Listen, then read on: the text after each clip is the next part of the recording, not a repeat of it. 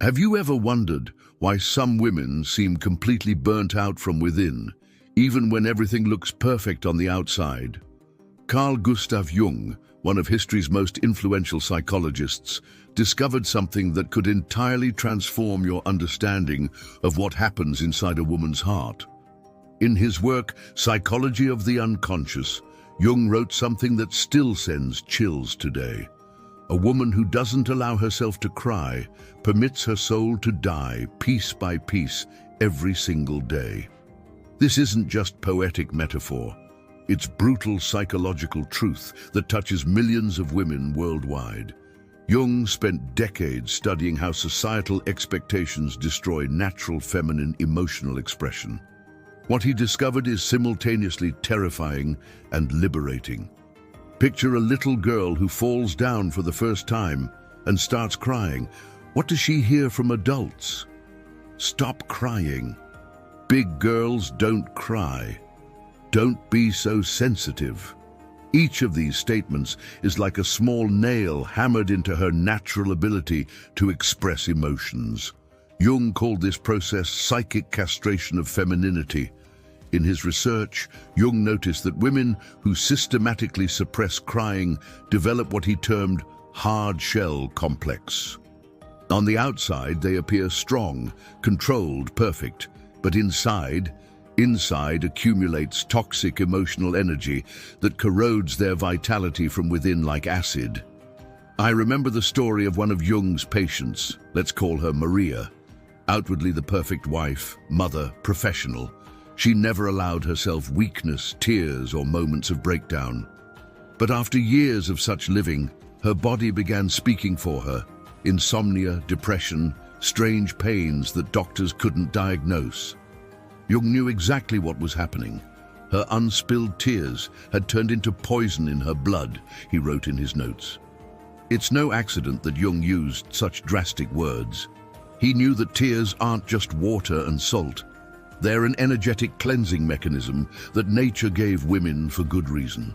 When a woman suppresses crying, she suppresses her natural ability for psychic detoxification. In Psychology of the Archetype, Jung explains that feminine crying has a completely different function than masculine.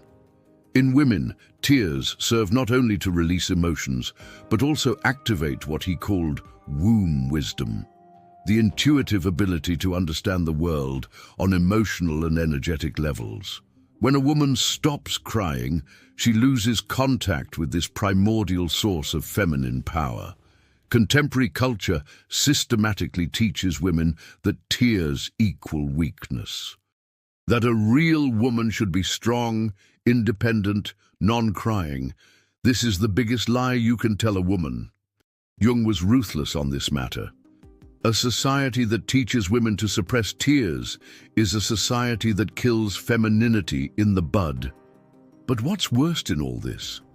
When a woman suppresses crying for years, she doesn't just destroy herself, she also destroys her capacity for genuine intimacy with others. Jung observed that women with hard shell complex cannot create authentic relationships. Their partners feel cut off from their true emotions, and children grow up believing that emotions are shameful. In his diary, Jung wrote something that still paralyzes today. I've seen women who were so terrified of their own tears that they preferred to die rather than allow themselves one moment of real vulnerability. And I've seen how they died, not physically but psychically, becoming living corpses. This sounds dramatic, but Jung wasn't exaggerating. When a woman systematically cuts herself off from her ability to cry, she cuts herself off from her life force. Her emotional energy, instead of flowing naturally, begins to accumulate and ferment. The result? Chronic fatigue, loss of life's joy, a sense of emptiness that no external achievements can fill. Jung also noticed something fascinating. Women who allow themselves to cry have a completely different quality of energy. They're more alive, more magnetic, more creative. Their crying doesn't make them weaker, it makes them stronger because it allows them constant emotional renewal. But how does crying become a source of strength? Jung explained this through what he called the watery element of femininity. Water isn't just a symbol of life, but also purification and regeneration. When a woman cries, she literally renews herself. Old emotions flow out of her, making space for new, fresh experiences. In contrast, a woman who swallows crying accumulates emotional stagnation within herself. Jung compared this to a pond where fresh water doesn't flow. Over time, it becomes stagnant and toxic. "A woman without tears is a woman without life," he wrote in one of his most famous essays. Have you ever wondered why some women, despite having everything they need, still feel unhappy? Jung had an answer for this.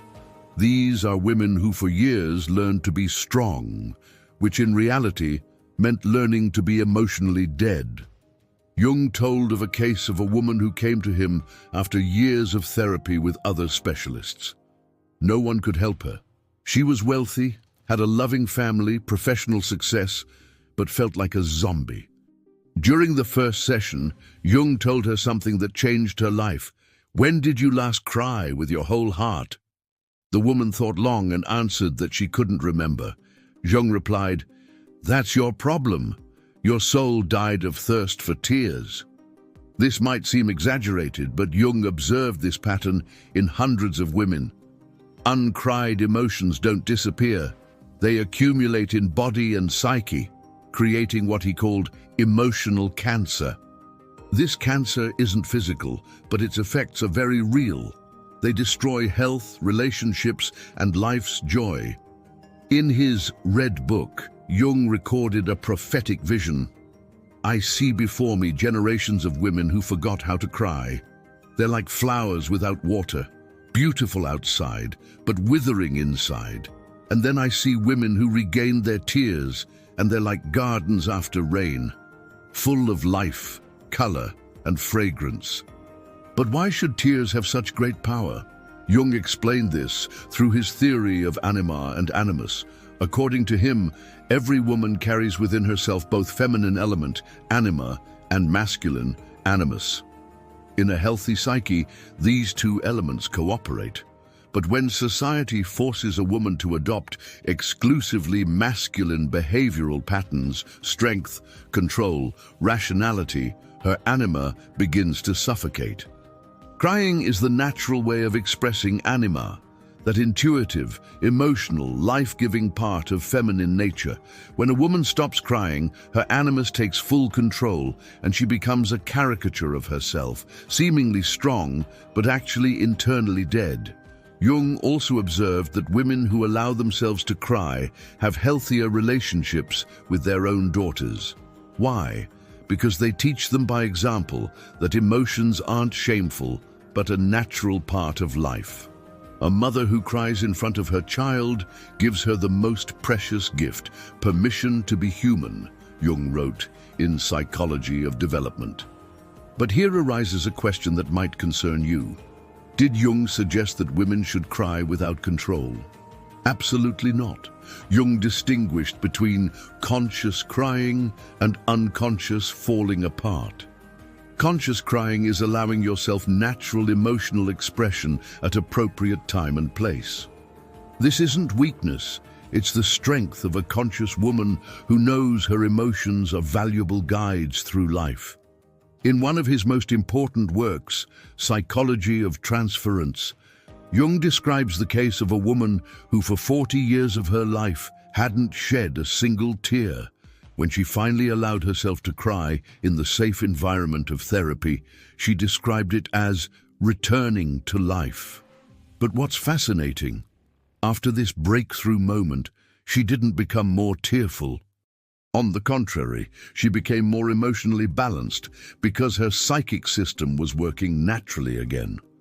Jung also noticed a connection between suppressing crying and what we now call burnout. Women who work for years in male-dominated environments often learn to suppress all signs of weakness, including tears. The result?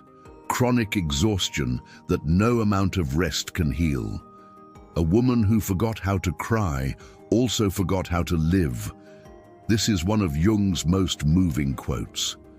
And it's not about dramatizing, but about deep understanding of how feminine psyche works. Tears aren't just reaction to sadness. They're an emotional self-regulation mechanism that allows a woman to stay in contact with her true nature. Jung observed that women who regularly allow themselves to cry rarely suffer from depression. Why?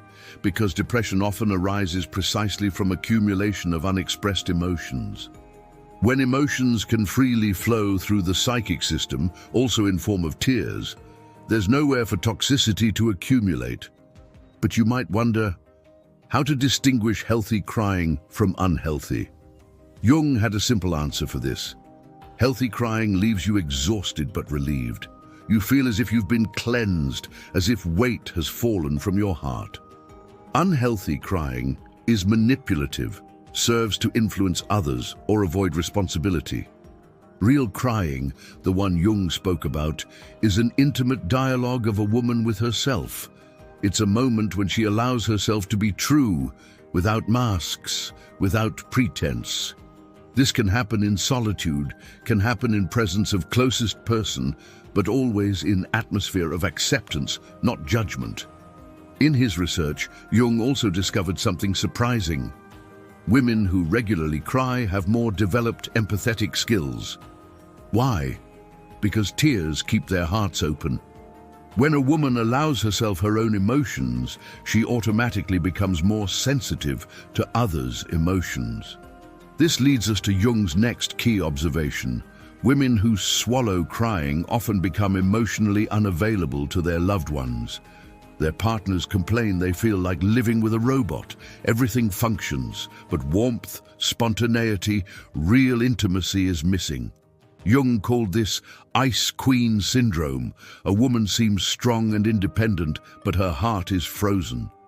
And worst in all this is awareness that this icy shell formed as defensive mechanism against pain, but ultimately cut her off from joy as well.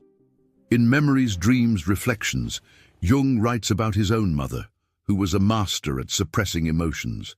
Only after her death did he understand how much this emotional repression affected the entire family. A home without feminine tears is a home without soul, he wrote in his diary after her funeral. But Jung didn't leave his patients with this problem without solution. He developed techniques that helped women regain contact with their tears. One was called Garden of Emotions. A woman was to imagine her emotions as plants that need watering to grow. Tears were that watering. What was fascinating was that when women regained contact with their tears, they also regained contact with their creativity. Jung observed that suppressing crying blocks not only emotional expression but also artistic. A woman without tears is a woman without art, he often said. This might seem strange, but Jung explained it very logically. Creativity requires openness to inner impulses, to spontaneity, to the unreasonable. A woman who systematically controls and suppresses her emotions also blocks access to this primordial source of inspiration. Jung also noticed that women who don't allow themselves to cry often develop obsession with control in other life areas. The home must be ideal, children perfect, career flawless. This isn't pursuit of perfection, it's desperate attempt to control external world when internal escapes control. But saddest in Jung's observations was that these women often transmit their emotional distortions to next generations. Daughters learn from mothers that tears equal weakness, that a real woman must be strong at any cost. And so this destructive pattern passes from generation to generation. Jung believed, however, in possibility of breaking this vicious cycle. In his practice, he saw women who regained contact with their tears and thereby became better mothers, partners, professionals, not because they became tearful, but because they became authentic. Tears aren't sign of failure, they're sign of humanity, Jung wrote in one of his last letters, and he added something that sounds like prophecy. The future belongs to women who dare to be true, and truth also means the right to tears. In today's times, when women fight for equality, they often forget that true strength doesn't lie in imitating masculine behavioral patterns. True strength lies in full acceptance of one's nature, including the right to be sensitive, emotional, and sometimes tearful too. Jung predicted that as civilization develops, problems related to suppressing emotions would intensify. And indeed, contemporary women suffer from insomnia, depression, anxiety disorders to a much greater extent than ever before. Is this coincidence? Jung would say, absolutely not. The solution Jung proposed was seemingly simple. Allow yourself tears. But in practice, this proves extremely difficult for women who for years learned that crying equals weakness. Therefore, Jung developed a gradual process of regaining contact with one's emotions. First step is recognizing when you suppress crying. Often this happens so automatically that a woman isn't even aware of it. Jung taught his patients to observe moments when they feel throat tension, when eyes become glassy, but tears don't fall. Second step is finding safe place and time for emotional expression.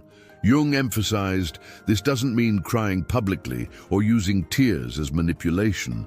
It means creating private space where you can be truly yourself. Third step is understanding that tears carry wisdom. Jung taught that every tear has its story, its cause, its message. When a woman learns to listen to her tears instead of being ashamed of them, she discovers in them a guide to her own interior. Jung observed that women who went through this process described it as awakening from sleep. Suddenly the world became more colorful, relationships more authentic, life more intense. This wasn't magic. It was simply restoring natural functioning of feminine psyche. But Jung also warned against the other extreme, making tears a new obsession.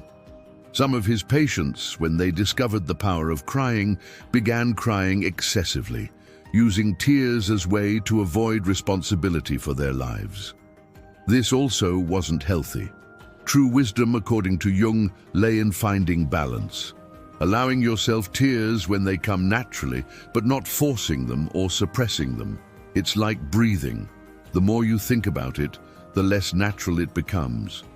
Jung believed that women who find this balance become natural leaders in their communities. Not because they're tough, but because they're authentic. And people instinctively long for authenticity in a world full of masks and pretense. In one of his last lectures, Jung said something that was considered controversial, but gains increasing confirmation in contemporary research. A woman who regained the right to tears also regained the right to happiness. Because you cannot be happy without being truly yourself. Today, in the era of feminism and fight for equality, Jung's words might sound strange. But he wasn't calling for women's return to traditional roles. He was calling for something much more radical. Women's right to be fully human, with all emotions, tears, and sensitivity included. Woman's strength doesn't lie in imitating men, but in courage to be herself. This is one of Jung's last notes on femininity. And he added something that sounds like testament. Women who dare to cry give hope to the whole world. Because in a world full of artificiality and manipulation, real tears are like voice of humanity's conscience.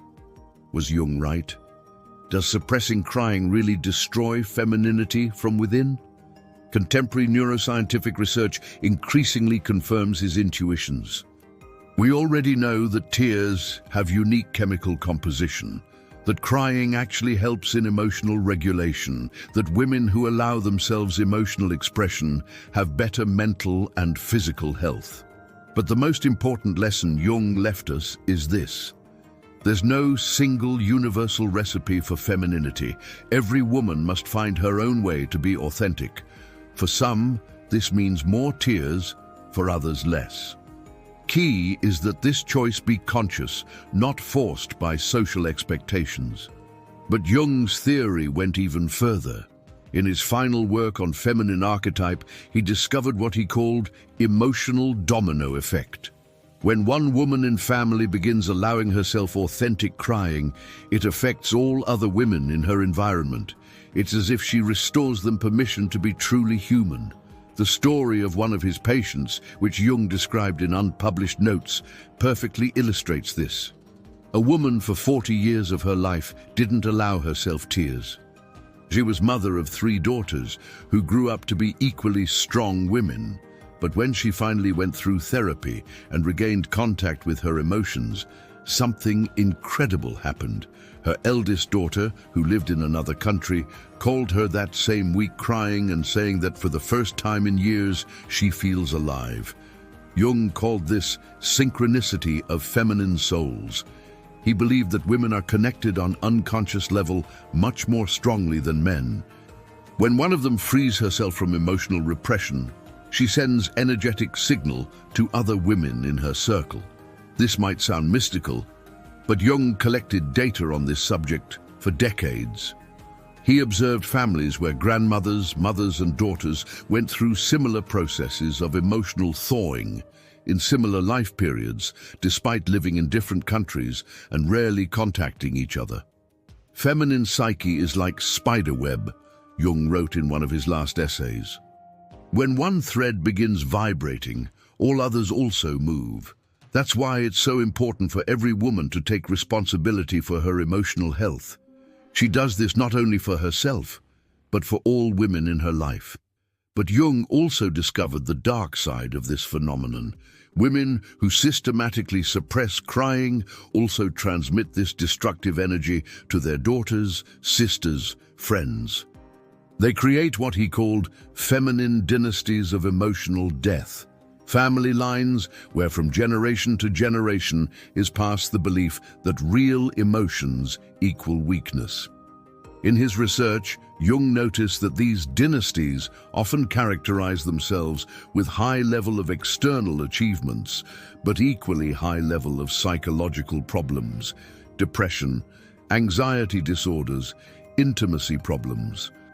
For him, this was proof that success achieved at cost of emotional authenticity is apparent success. One of most moving stories Jung described was of a woman who realized that her mother, grandmother, and great-grandmother also didn't cry. When she began delving into family history, she discovered that this tradition of strength reached 4 generations back. Each of these women achieved external success, but each also suffered from mysterious illnesses that today we'd call psychosomatic. This was for me a lesson about how trauma can be inherited not genetically, but energetically, Jung wrote in his notes. These women weren't passing depression genes to their daughters, they were passing them pattern of emotional repression. But Jung didn't leave his patients with this burden without hope. He believed that every woman has power to break this vicious cycle. First woman in family line who dares to cry will become healer for all generations, those that already were and those that will come, he often said. This process, however, wasn't easy. Jung observed that when a woman began allowing herself tears, she often met resistance from her family. Mothers told her she'd become weak. Sisters accused her of seeking attention. Friends stopped understanding her. For Jung, this was proof of how deeply rooted are social mechanisms that prevent women from emotional authenticity. A woman who begins crying after years of suppressing becomes revolutionary, Jung wrote. Not because she does something extreme, but because she does something natural in a world that taught her naturalness is sin. Jung also noticed fascinating paradox. Women who allowed themselves crying actually became stronger than those who suppressed it. Why? Because tears allowed them to process difficult emotions instead of accumulating them. Thanks to this, they had more psychic energy available for real-life challenges. True strength doesn't lie in not feeling pain, but in fully experiencing it and going through it, Jung wrote in Psychology of Transformation. Woman who cries shows she has courage to face reality. Woman who doesn't cry shows only that she has courage to escape from reality. In his observations, Jung also noticed connection between suppressing crying and sleep problems. Women who swallowed tears often suffered from insomnia. Jung explained this by saying that uncried emotions remain active in psyche even during sleep, not allowing real rest. Sleep is time when psyche cleanses itself, Jung explained, but when too much energy is frozen in unexpressed emotions, this process gets disturbed. That's why women who don't allow themselves crying during day often cannot fall asleep at night. Jung even developed special technique for his patients suffering from insomnia related to emotional repression. He called it night crying. It involved woman instead of fighting insomnia, allowing herself quiet tears in darkness. Often, after several nights of such practice, sleep returned to normal. But Jung also warned against danger of performative crying for others to influence or gain sympathy. This had nothing to do with healthy crying he spoke about. Quite opposite.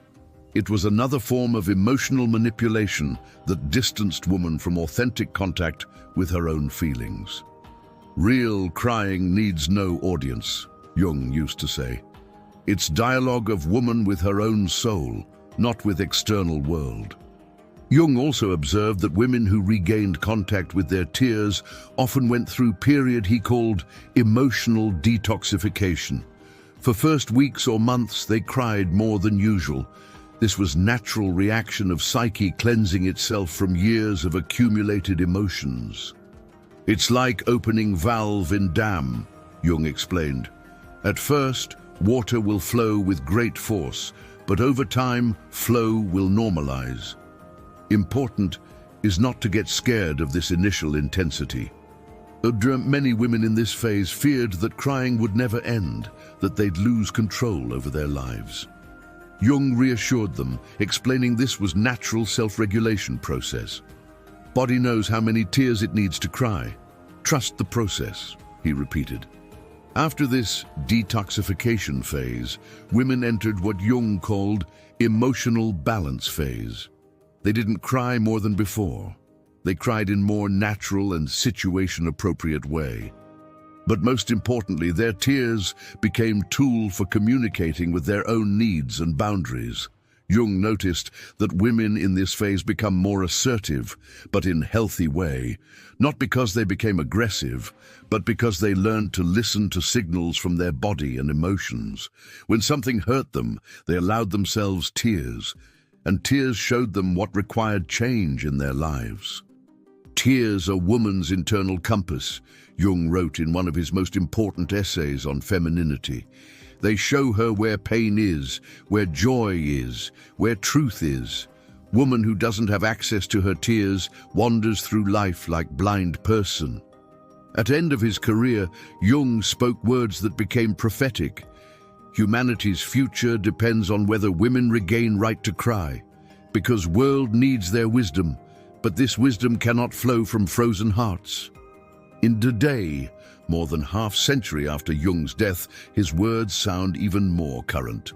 In a world where emotional intelligence becomes increasingly valued, his observations about destructive impact of suppressing crying gain new confirmation in scientific research and life experiences of millions of women worldwide. This is Carl Gustav Jung's vision, a bold, profound proposal that breaks with traditional explanations. But here on our channel, our goal isn't to impose truths. It's to provoke reflection and bring information. So which city are you watching from? Comment down below.